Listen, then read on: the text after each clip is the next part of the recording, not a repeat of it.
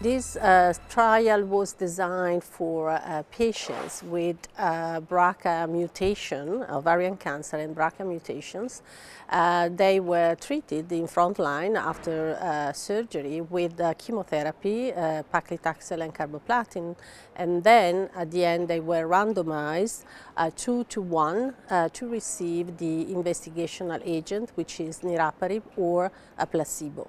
The study demonstrated a significant advantage in progression-free survival for patients receiving olaparib with a hazard ratio of 0.30.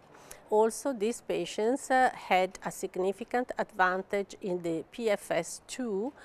In fact, the median progression-free survival was not reached for patients in the olaparib arm and was 41.9 in the placebo group, despite the fact that 35% of these patients received olaparib at the time of subsequent treatment.